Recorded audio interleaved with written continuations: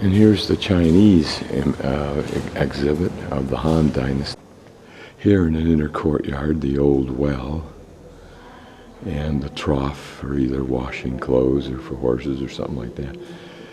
Probably the first rather than the second. But notice how it slopes down here into that central hole. This is in fact probably a litter for hauling about in ceremonies. The rectory remains of, I don't recall in China ever seeing these cocoons, almost Easter eggs.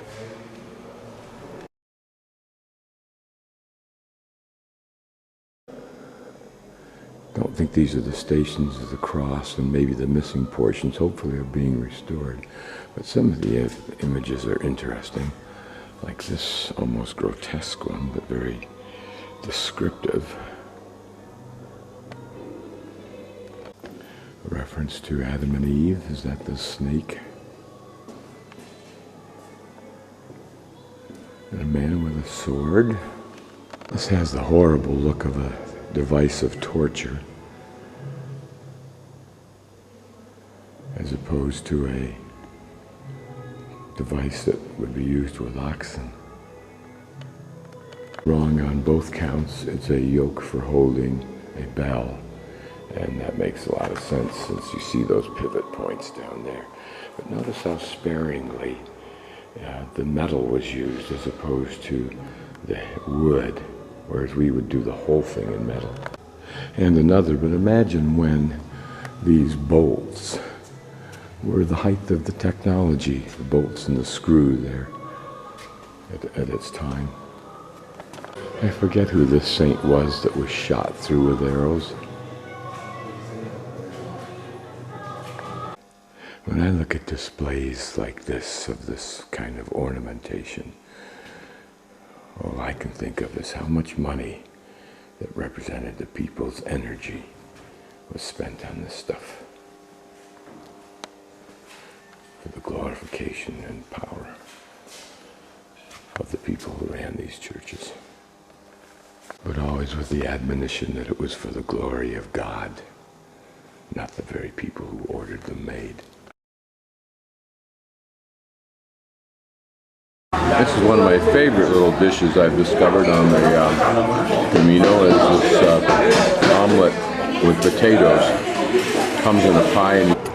And there in the green shirt is one of the man who made me so comfortable with his group from Italy, and also included some Frenchmen, invited me for their dinner and so forth. Look at the grass growing up on the top. It's my first little town on today's route.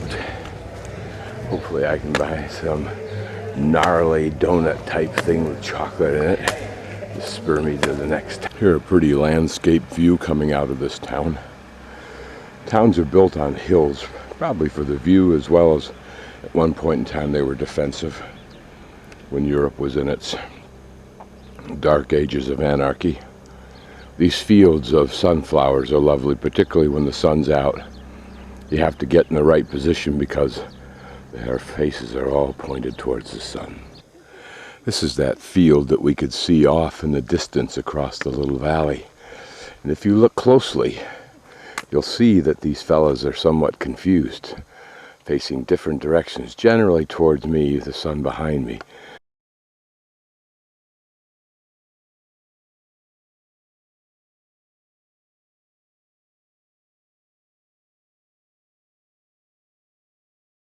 So we're in Parroquial Albergue, and this is run by the church, the Catholic Church. This is the construction inside here. Yes. Probably pretty traditional.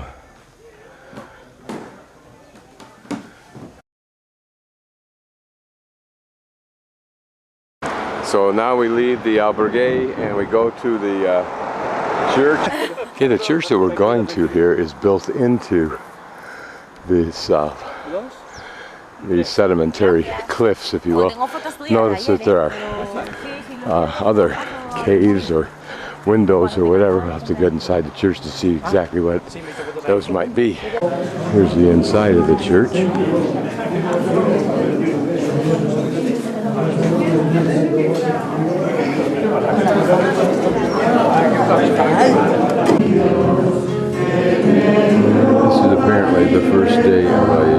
fiesta. It includes all of the people, probably in the community, but certainly those who are volunteers, as well as we Peregrinos. And then following this is lunch.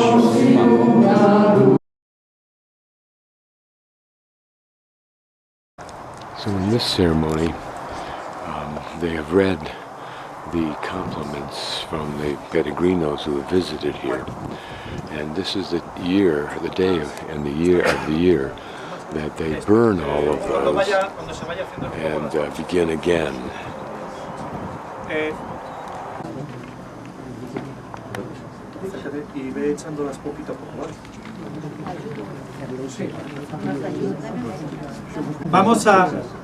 Elevemos nuestras peticiones, nuestras oraciones a Dios Todopoderoso.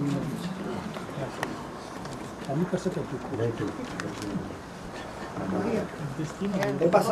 then this gentleman and these people will read some of the ones that have been sent over the year. Carga con un peso que no le corresponde cargar. Desde los 9 años sufrí en silencio abusos sexuales por parte de mi hermano mayor hasta que con 16 años, un día mientras abusaba de mí y estaba encima de mí, le miré a los ojos. Amén.